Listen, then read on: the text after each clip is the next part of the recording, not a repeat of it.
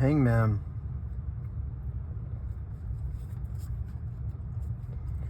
It's about being stuck, or could be about being stuck.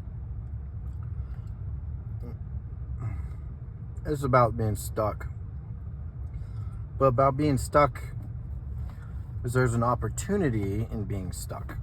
Seeing things from a different perspective, like enlightenment or something like that. So, okay. This is something about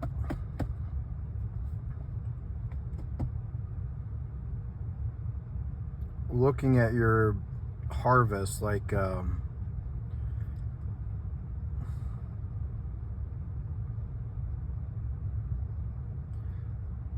there's a harvest on the horizon. It has to do with the message.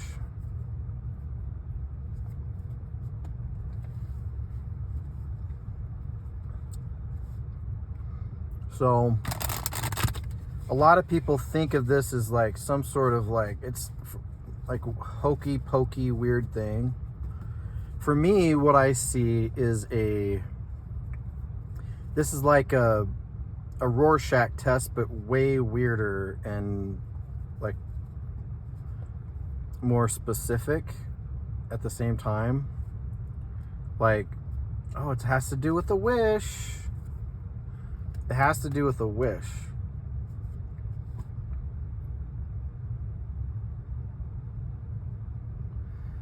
It has to do with a wish. Like if you've ever wished upon like a shooting star or a star or whatever, you can see how she's holding it to her heart. She's like, I want this. And she's looking up. And that's like her willpower. That's like her intention. She's like, I want this wish. And so she holds that wish to her heart. And she's like, I want that. I want that.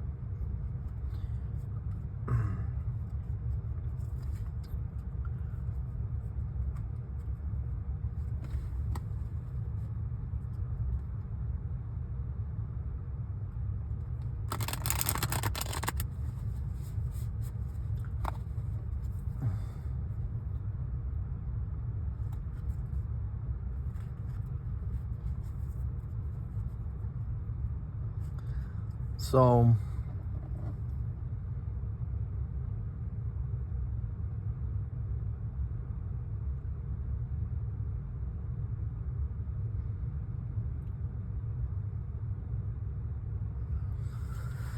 this has to do with a wish, but it's also passion, something that's, it's not just like something you hope for, you wish for.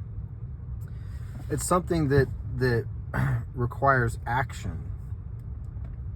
So this is a card of action with passion. It's fire.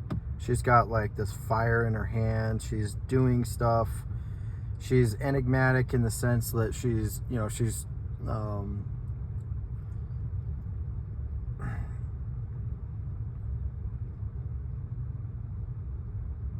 people look to her and they see maybe it's purpose, like there's purpose in what she's doing. She's holding it up for a reason. She's got this fire in her hand for a reason.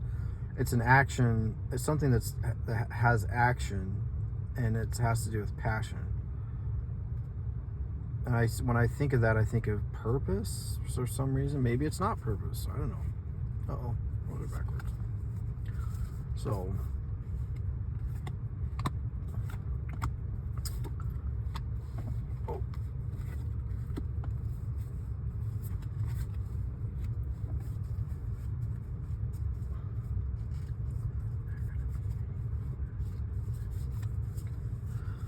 So this is the current situation. It has to do with loss, an emotional loss. See how her foot is like in this bowl. This symbolizes emotions. And this is the emotion of loss. um, that's the current situation, is loss. Look at how much I've lost. What's behind her is she can't see what's behind her. It's what's behind every single person on the planet. You know, you can lose and there's still something there. And that's kind of like how I see it. But for the time being, you're not looking there. You're kind of feeling this loss, right? Or you know, or I am. I had a loss. And the problem is a 3 of Cups.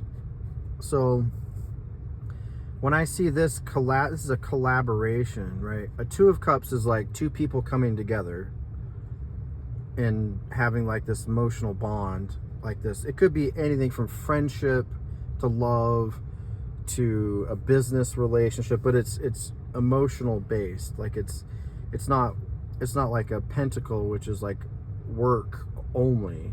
This is something with somebody else. And in this card, it's 3 people, and they're looking up. They look like they're really good friends, and they're looking to the Big Dipper, which is in the north sky. And the Big Dipper, these 2 stars kind of align with where the North Star is, Polaris. It's like a little off, but you can kind of like look to these 2 and kind of figure out, oh, that's where it's at. And when they do this, they're looking to their true north. They're this changing sky. There's one spot that does not change.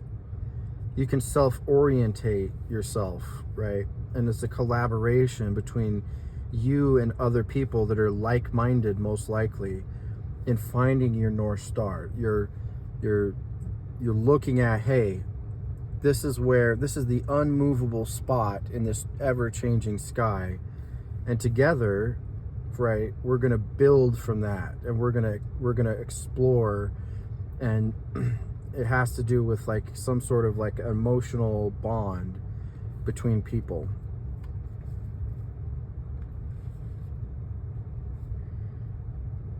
This is the problem card, or sorry, that's the obstacle is getting to this place, right?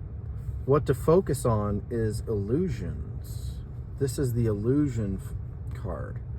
So you can see here there's snakes in this mist. He thinks he has to choose one of these cups. Emotion, something that's an emotional something. But there's ladders that lead to nowhere.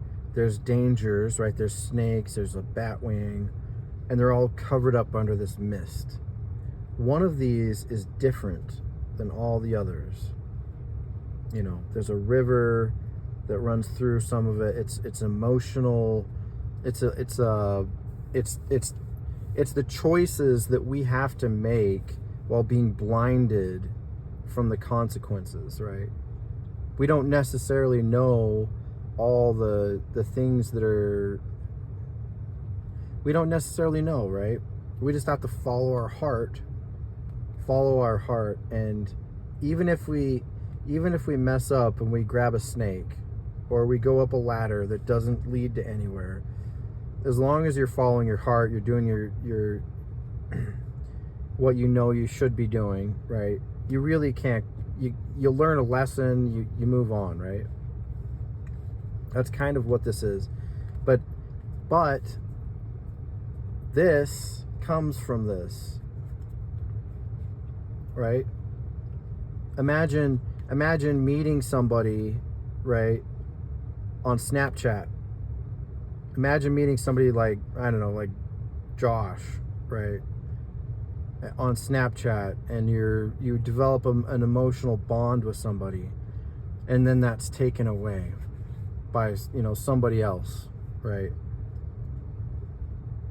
And you're suffering this loss because of something that you followed your heart on, right? You followed your heart, you did what you had to do, and you felt the right thing was the right thing, and then it led to this emotional state of loss, right? It's okay. I mean, it's not okay, but it'll be okay. It's about building with other people, right? With people, and you probably already know, like I do. I already know what true north is. It's just about building, right? That emotional connection. And it's all starts with choices, right? With losses, after losses, between losses. And the outcome is the Nine of Pentacles. This is also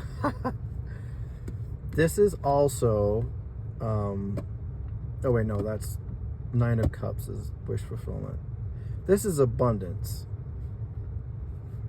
This is personal abundance. She's alone. She's got a hawk up there that's giving her, it looks like she's getting a resource from like other things, not just things she's grown. These are vegetables or whatever. She's harvesting her garden, right? Things she's planted, good seeds. She's got the results. She's worked hard at it, and now she's got her abundance, as we all should, right? Her harvest. And this is I view this as kind of like a protecting. With these two together, I'd say she's not, normally this is stinginess. Like the Four is kind of like a stingy, like you're holding back. It doesn't necessarily mean it's a wrong thing, but there's a time to move forward and there's a time to hold back. When you get abundance, sometimes it's good to hold back after you get abundance, right? Be like, I'm gonna watch what I spend. I'm gonna watch what I'm doing. I'm gonna be careful, and when the time is right, I'm gonna give to others, as you should, as we all should, to give,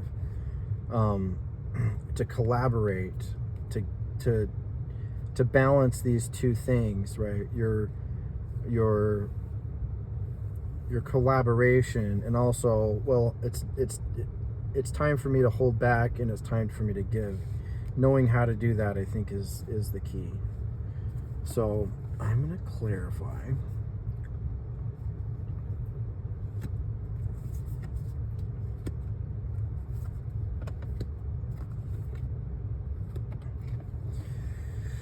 So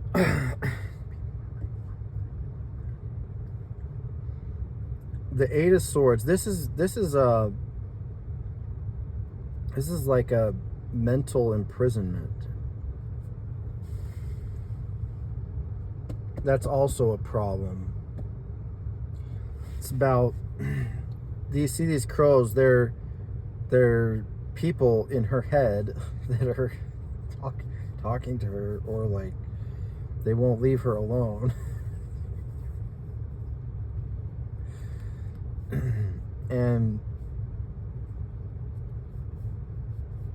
see, she's fine on the outside, but on the inside, right, on her inner world, she's kind of bound. She's bound by these things that won't leave her alone. and that is a problem, right? I think each one of us have times where we're bound, some longer than others, right? Where people won't just, that people won't leave you alone. Look fine on the outside, but on the inside, it's like there's a lot of stuff going on, right? There's a lot of these. Each one of these things is a challenge to her, and they're binding her so that she can't collaborate as effectively, right? And what to focus on is love.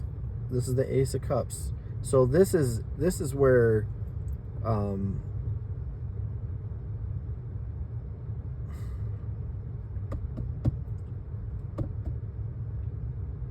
I think it's like an answer to how to get out of that is to find love, right? To find more love, to create more love, inner love.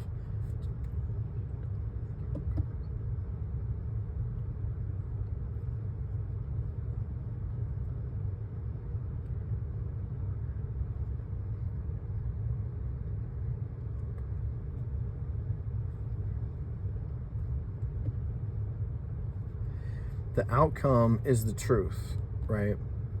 The truth of the situation of all these things that create things, situations, choices, collaborations, your outside world and your personal world coming together in this interesting way. I mean, there's, what is this, 78 different meanings of something, and they have a reversal to it, right? Everything's got like some reversal. There's 78 different ones, and these ones came out just this way, right? And it's up to us to like make sense of what it is, right? And the truth of the situation, which is what this is symbolizing, is King of Swords is truth. It's Gemini. It is a Gemini. This is actually the card of Gemini. If somebody's a Gemini that's specific to this situation, that is weird to me. It's a truth teller. So I'm a Libra.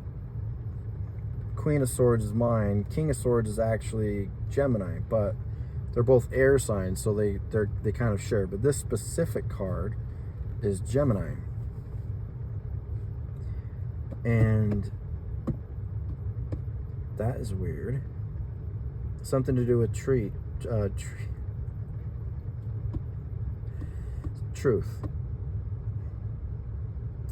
A truth teller. Libra's justice. Gemini is, they're good communicators, but maybe it's like truth in a truth teller, somebody who's very truthful,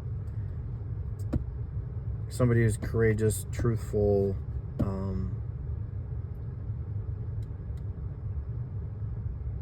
See how he's looking at something. He's like looking. He's like up above, and he has knowledge of something.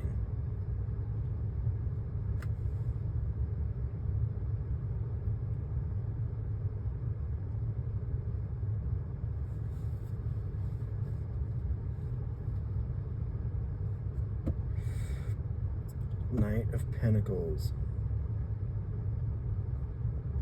Knight of Pentacles is, that's the slowest moving, or sorry, the fastest moving, sorry, the slowest moving knight, but it's also like, it's a slow but steady pentacle. It's reliable. It's gonna get there. It's on a horse. It's reliable. There's something to do with a resource, or something to do with a resource that has to do with that Gemini, or the truth. The truth brings in this resource. That's how I'm reading it. The truth brings in this resource. Anyway, and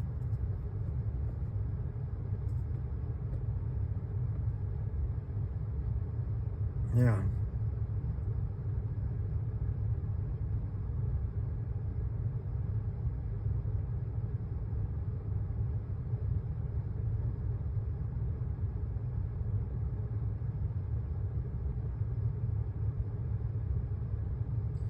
It's not about being operated, but it is about being operated.